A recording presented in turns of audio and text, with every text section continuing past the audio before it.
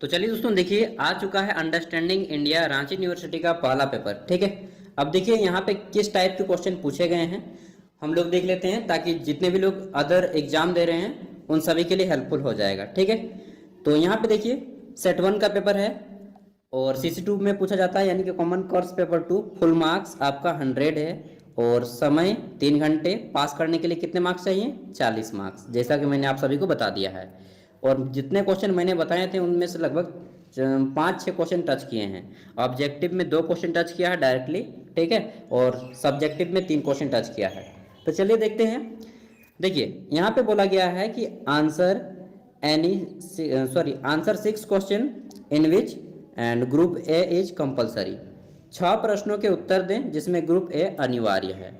अब देख लेते हैं ग्रुप ए। ग्रुप ए में 10 आपके पहले ऑब्जेक्टिव हैं, यानी कि आपको इसका आंसर डायरेक्टली देना होगा, एक शब्द में या एक वर्ड में। ठीक है, वेरी शॉर्ट आंसर टाइप के क्वेश्चन है। इसमें पहला क्वेश्चन पूछा गया है कि बिंदुसार के पुत्र जो है, बिंदुसार के पुत्र राजा अशोक किस वंश के सम्राट थे। डायरेक्टली मतलब बात को घुरा फिरा के बोला है कि सम्राट अशोक किस वंश के राजा थे। ठीक है, to which dynasty king Ashoka son of Bindusara did belong. तो दोस्तों चंद्रगुप्त मौर्य का पुत्र हुआ बिंदुसार, बिंदुसार का पुत्र हुआ अशोक। तो सिंपल सा बात है, मौर्य वंश। ठीक है, राइट आंसर क्या है? मौर्य वंश के। चंद्रगुप्त मौर्य का नाती था, पोता था। ठीक है, कौन? अशोक। आगे देखते हैं, अगला है प्राचीन भारत के किसी एक विश्वविद्यालय का नाम बताएं। तो मैंने बताया था, ठीक है, नालंदा विश्वविद्यालय और तक्षशिला विश्वविद्यालय, इनमें से किसी एक का नाम लिख दीजिएगा तो हो जाता। आगे देखते हैं, अगला क्वेश्चन है कि किस विदेशी राजवंश ने भारत में पंचांग प्रारंभ लागू किया था, यानी कि पंचांग मतलब कैलेंडर। ठीक है, to which foreign dynasty start implemented calendar in India. तो किसने किया था इंप्लीमेंट सबसे पहले? इसका नाम है सातवाहन। ठीक है, मैंने नहीं बताया था इसको, सॉरी यार, कितना बताता, मतलब बहुत ज़्यादा टॉपिक है ना। सातवाहन, ठीक है, सातवाहन इसका राइट आंसर हो जाएगा। सातवाहन के सबसे प्रसिद्ध राजा कौन थे, इसको भी नोट कर सकते हैं, हो सकता है एग्जाम में पूछ ले। सातवाहन का सबसे प्रसिद्ध राजा था गौतमीपुत्र श्री सातकर्णी। ठीक है, गौतमीपुत्र सातकर्णी। और ये जो है अपने माताओं के नाम के पहले, अपने नाम के पहले अपने माता का नाम लगाया करते थे सातवाहन। जैसे कि श्री सातकर्णी का नाम अपने माता का नाम लगाया है गौतमीपुत्र। ठीक है, तो गौतमी उनकी माँ का नाम था, ये भी हो सकता है पूछ ले। आगे देखते हैं, तीसरा क्वेश्चन पूछा है कि किस विदेशी राजवंश ने भारत में हो गया। चौथा क्वेश्चन है कि वुड्स डिस्पैच भेजा गया था। तो दोस्तों वुड्स डिस्पैच जो है किसके द्वारा भेजा गया था? तो वुड्स डिस्पैच भेजा गया था लॉर्ड, उनका नाम था सर वुड्स के द्वारा। ठीक है, सर चार्ल्स वुड, और भेजा गया था भारत में लॉर्ड डलहौजी को। कब भेजा गया था? तो 1854 को भेजा गया था। ठीक है, 1854 को भारत में शिक्षा का विकास के लिए। ठीक है, और इसमें प्राथमिक शिक्षा आपकी मातृ लैंग्वेज में और जो हायर एजुकेशन है वो इंग्लिश लैंग्वेज में रखा गया था। आगे देखते हैं, पांचवा क्वेश्चन है, इसमें पूछा गया है कि मैकाले की रिपोर्ट किस वर्ष प्रस्तुत की गई। तो लॉर्ड मैकाले की जो रिपोर्ट थी वह 1835 ईस्वी में प्रस्तुत की गई थी।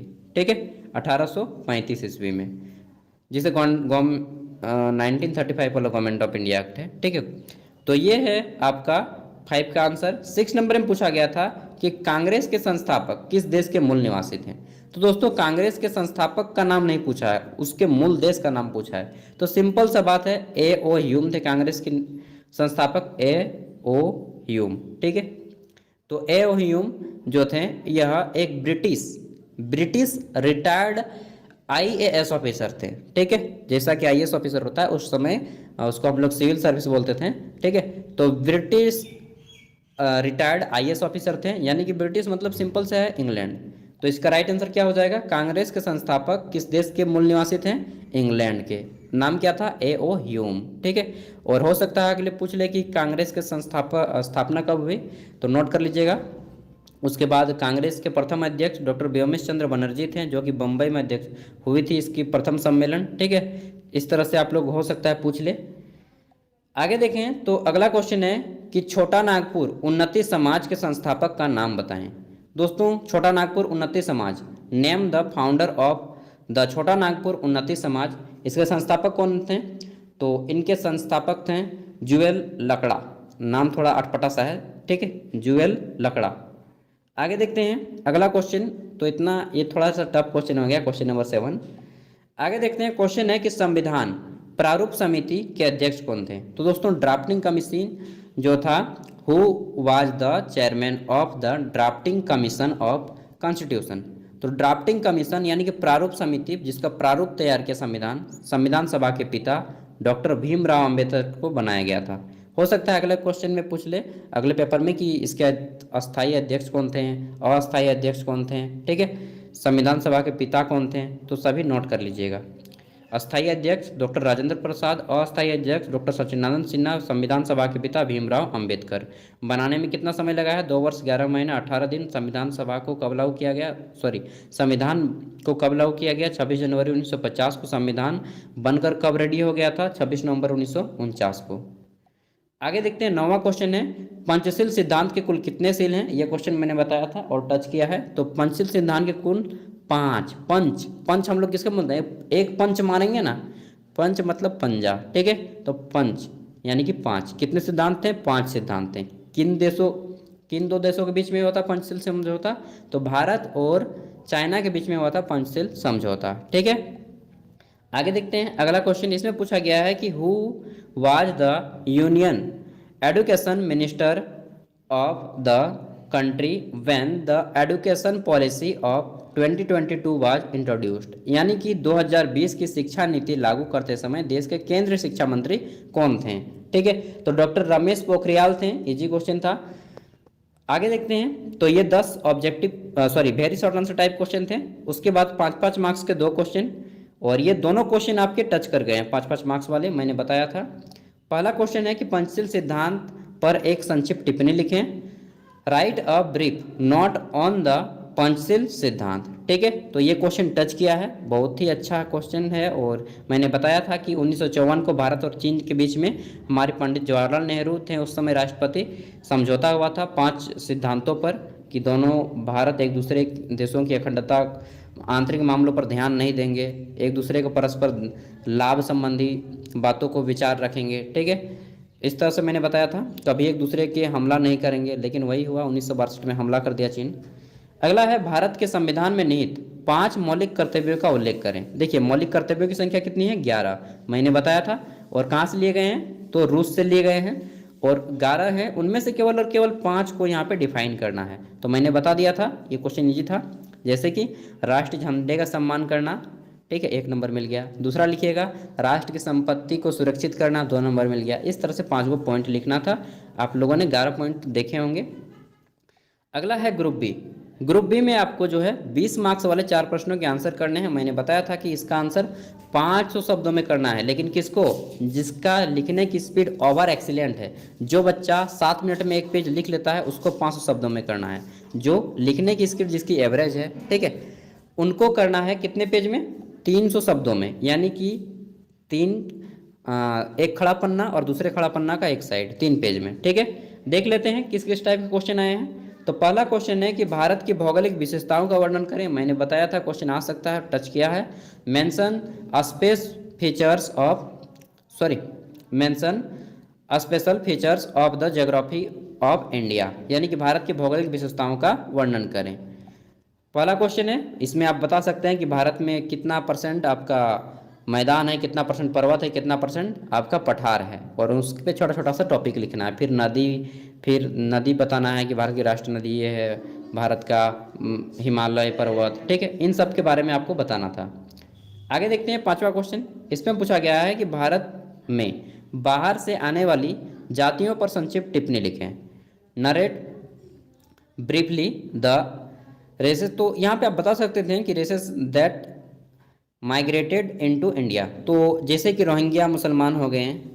देखिए मैं किसी भी कम्युनिटी को ठेस पहुंचाना नहीं चाहता यार, ठीक है, किसी को बुरा लगे तो प्लीज़ सॉरी है, पहले ही बोल दे रहा हूँ यार, ठीक है। तो देखिए रोहिंग्या मुसलमान जैसे कि म्यांमार से आ गए हैं भारत, ठीक है, उस पर बहुत बड़ा लफड़ा हुआ था, तो इसे आप बता सकते हैं। फिर आपके तिब्बत से आ गए थे, ठीक है, ढलाई लामा जब आया था उस समय। फिर बांग्लादेश से आ जाते हैं। तो इस तरह से आपको बताना है। फिर श्रीलंका से आ जाते हैं, ठीक है, सिंहली लोग।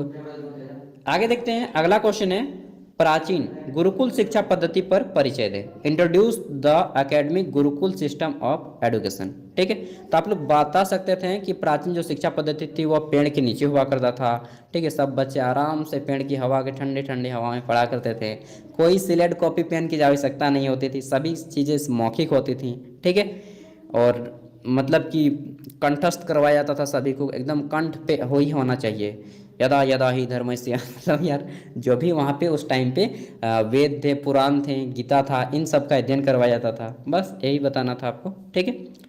आगे देखते हैं, अगला है, और इसमें आप लोग चरक, महर्षि चरक जो थे उसके बारे में भी बता सकते थे कि चरक, सुश्रुत, वो महान डॉक्टर थे दो गो, ठीक है। आर्यभट्ट के बारे में बता सकते थे कि महान खगोल शास्त्री थे, गणितज्ञ थे। भास्कराचार्य के बारे में, ठीक है। आगे देखते हैं, झारखंड आंदोलन पर प्रकाश डालें, जो कि 1925-1963, मैंने बताया था कि झारखंड जब आज़ाद हुआ था उससे रिलेटेड क्वेश्चन आएंगे, तो झारखंड आंदोलन से क्वेश्चन पूछा गया है, ठीक है। आगे भी पूछा जाएगा, ठीक है। अगला है, 1950 में भारत में उच्च शिक्षा के प्रसार की विवेचना करें। Discuss the spread of higher education in India after 1950। तो ये क्वेश्चन थोड़ा सा टफ था क्योंकि उच्च शिक्षा के बारे में था, और बाकी मैंने पढ़ने को मालूम नहीं, आपको तो केवल 4 ही क्वेश्चन बनाने थे और क्वेश्चन 4 आपको मिल गए होंगे। अगला क्वेश्चन है कि भारत में हरित क्रांति पर निबंध लिखें। देखिए दोस्तों, हरित क्रांति बहुत मतलब सब कोई जानता ही है। Right an essay on the green revolution in India. तो हरित क्रांति भारत में 1960 के दशक में आया, और नॉर्मन बोरलॉग विश्व हरित क्रांति के जनक कहे जाते हैं, और भारत में एम.एस. स्वामीनाथन को कहा जाता है, ठीक है। तो ऑल ओवर पेपर देखा जाए तो इजी है, ठीक है। जो लोग